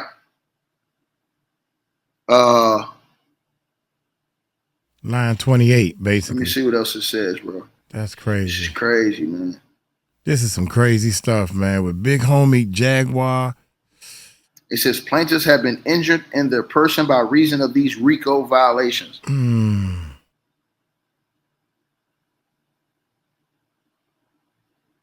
It says, by reason and as a result of defendant's conduct and furtherance of the Diddy abuse enterprise and resulting RICO violations, the plaintiffs have been injured in their person as detailed above. The plaintiffs have suffered direct and severe damage to their professional and personal well-being as a result of the assault and harassment perpetuated by and allowed by defendants. It says defendant Diddy's assault and defendants' RICO violations have caused plaintiffs to suffer from emotional distress, including developing an eating disorder, extreme weight loss, causing several hospitalizations, as well as extensive need for therapy. Man, bro.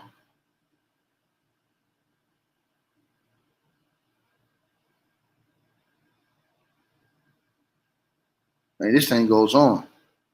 It's got 30 more pages to this thing. God, dog. The hell? It says second cause of action, violation of Racketeering Influence and Corrupt Organizations Act, RICO, Conspiracy 18, USC. Let me see what else is saying out here. Man, this is crazy, young. Hold on, you guys. I don't trust that. Third case of action, lawyer. Sexual battery. And this name's, damn. It says plaintiffs against defendants Diddy, Shane, Odell, Drewski, and Valdez. I don't trust this female lawyer, man. Number 351 says defendants committed acts with the intent to cause a harmful or offensive contact with an intimate part of plaintiff. The sexually offensive and unwanted contact with the plaintiff directly resulted from defendants' said acts. It said the defendant Diddy exploited his position of authority to intimidate, overwhelm, and subdue plaintiffs with the assistance of defendant Shane, KK, Odell, Brandy, and Drewski. Objections to this conduct will be met with retaliation. So,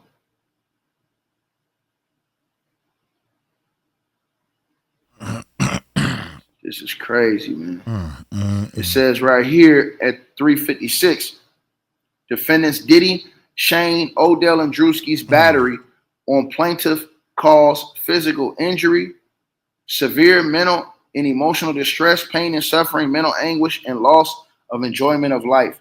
Damn, they putting that on Odell and on Drewski too?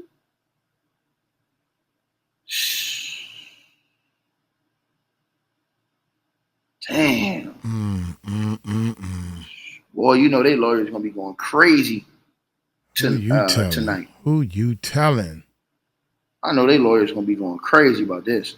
This is brand new. Y'all just came out like 1 day ago, maybe? Their lawyers are gonna be going crazy about this, man. It says fifth cause of actual sexual harassment.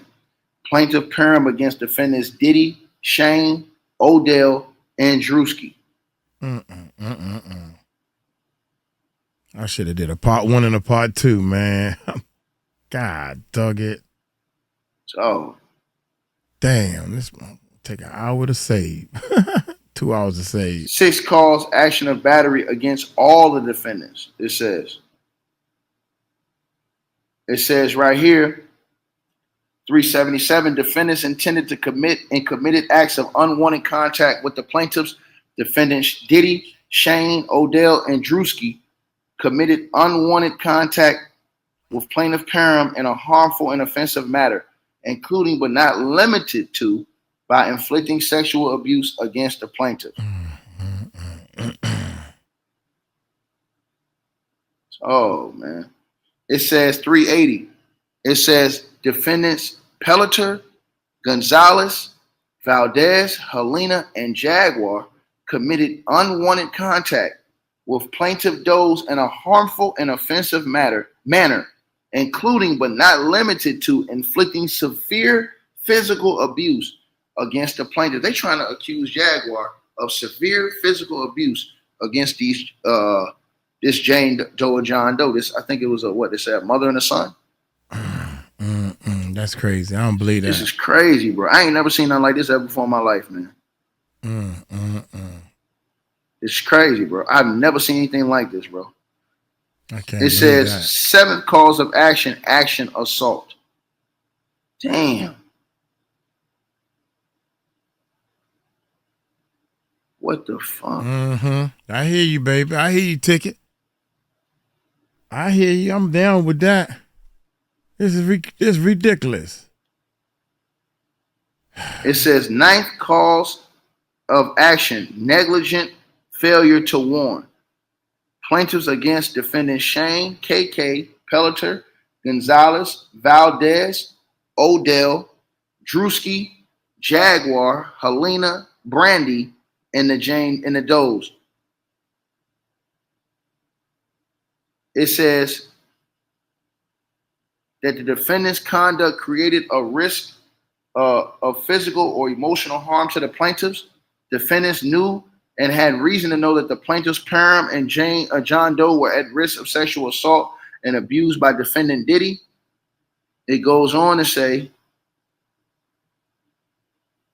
that despite the knowledge of the danger and participation in the Diddy sexual abuse and cover-up enterprise, defendants did not alert plaintiffs of the risk of sexual assault, harassment, kidnapping, physical assault, all wording or other attacks by defendant Diddy. In fact, defendants facilitated and assisted defendant Diddy in his illegal, deviant activities and despicable behavior.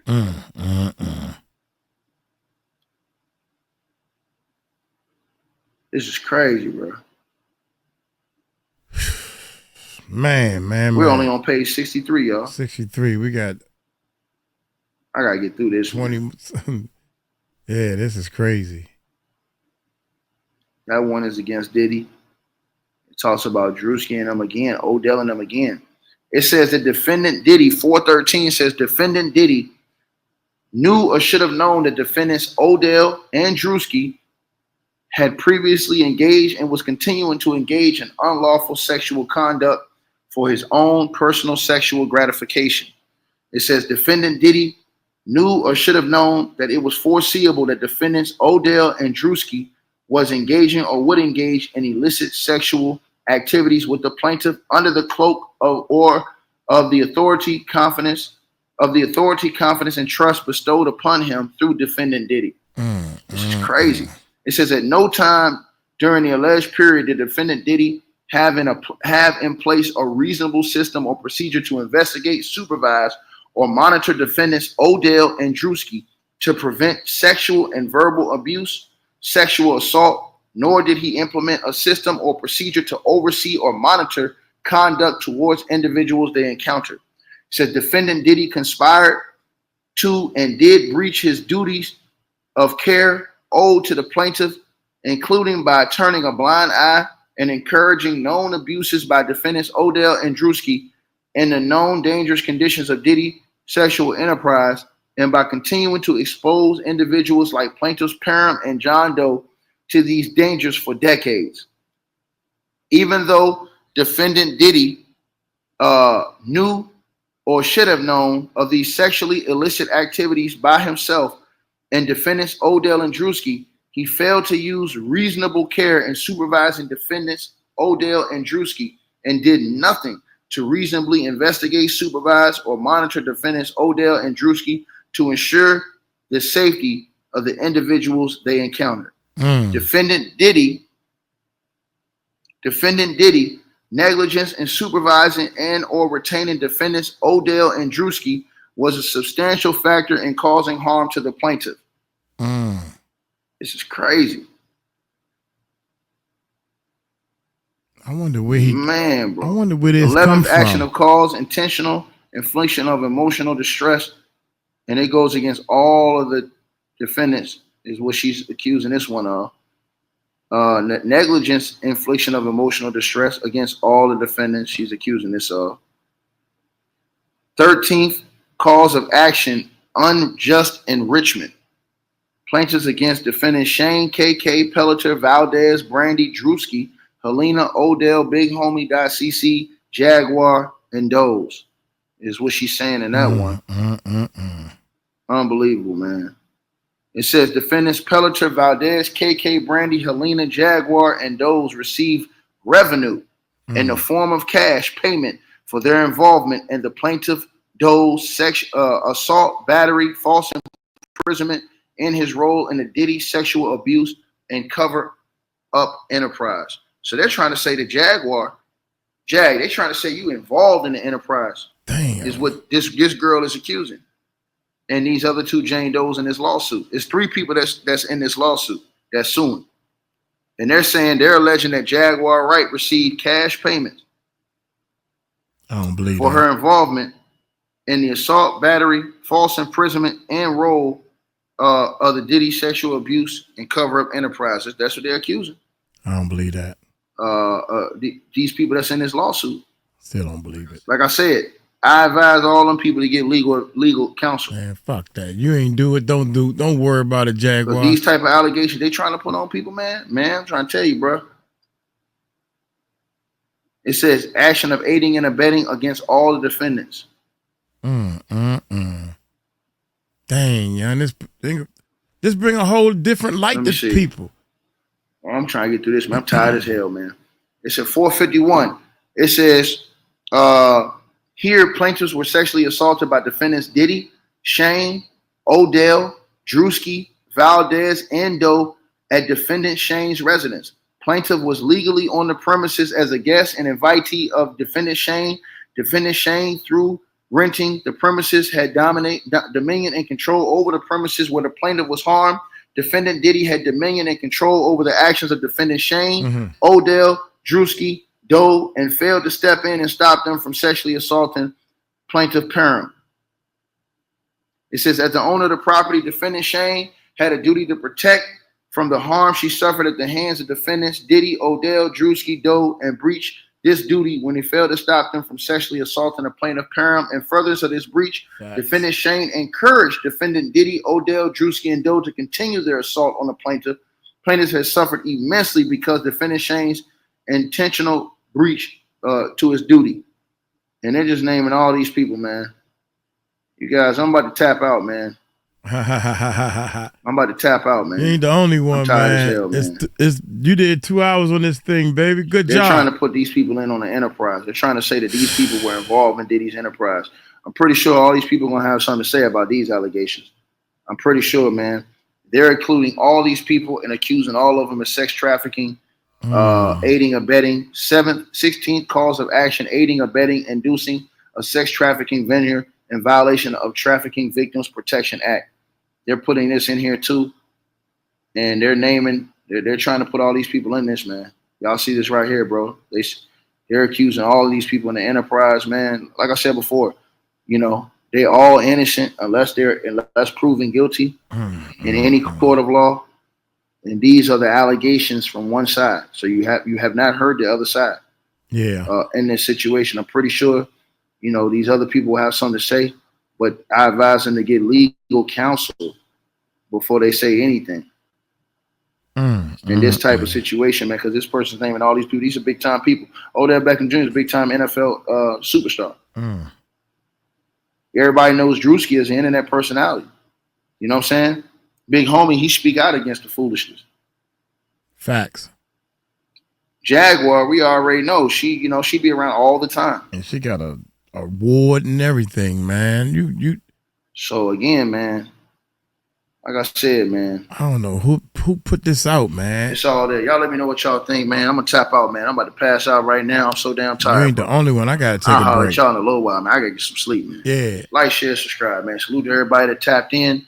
Appreciate all y'all, man. Y'all let me know what y'all think, man. You know what I'm saying? Again, man, you know, hey, man, bro, only God can save us, man.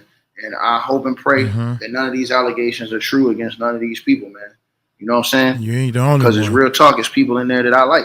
You know what I mean? Straight up. Yeah, you ain't the only one. I ain't gonna, y'all know I ain't gonna front though, man. I had to say it, but y'all, man, I'm gone, man. I'm sorry to bother y'all this late at night, man. I'm out. I gotta go to sleep. Peace out. Hey, one of the things that tripped me out, man, is Number one, big homie CC came on and he already put his 2 cents in. Basically, he's saying that's some bull. He don't believe it. Number two, anything that has Ariel name on it, I'm already not even on 100%. I'm not on 100% if her name on something. She was messing with Courtney. Think about where Courtney at now. Then you had the other 2 girls, Miss English and the other. It's just every time she touched something, because she came on the scene. This female lawyer came on the scene talking about her shopping some tape with people, famous people on there, trying to get a deal before they go public with this tape. That don't sound like no lawyer type stuff. That sound like bravery to me. That's number 3. Where we at? Number 4 or something? I don't think Jaguar. And now, this is what I want to say to my man, Mr. Ticket. Big Ticket, man. Shout out to you, bruh. You know, I ain't saying that. I just want to know where you get the link, where the link is at. And where you get this paperwork from. Did you get it from an official website, or you think you got it from a bullshit type of website? Because if all this came from a bullshit type of website, somebody took time to put together this, what do you say, 80-something pages worth of bull. So y'all let me know, man, if it's facts, if it came from an official court document papers that has been filed. That's the thing we need to figure out first. So I'm going to get on up out of here. Y'all take it light, take it slow. Tell them Uncle Mike told you so. Peace out. Don't forget to check out our patrons, man. Shout out to all my patrons. We're going to get the names of the patrons. If you are a ender, after the peace out, if you are a ender, we're going to do a trivia. We're going to pick the number 10. Yeah. If you're an ender, meaning you made it to the end of this video, we're going to pick the number 10, y'all. The number 10 means something. We starting a tribute, treasure hunt, scaffold. What you call it when they, you got to go find stuff and everything. Wow, man, I'm going to get the name of the damn thing before. Anyway, we start a treasure hunt, and you got to hunt for things, and the first clue is the number 10. Yeah. So y'all take it light, take it slow. Tell them Uncle Mike told you so. Become a patron. All you got to do is pay $3 a month, and you can participate in this game that we about to play, and you can win $100. Peace out.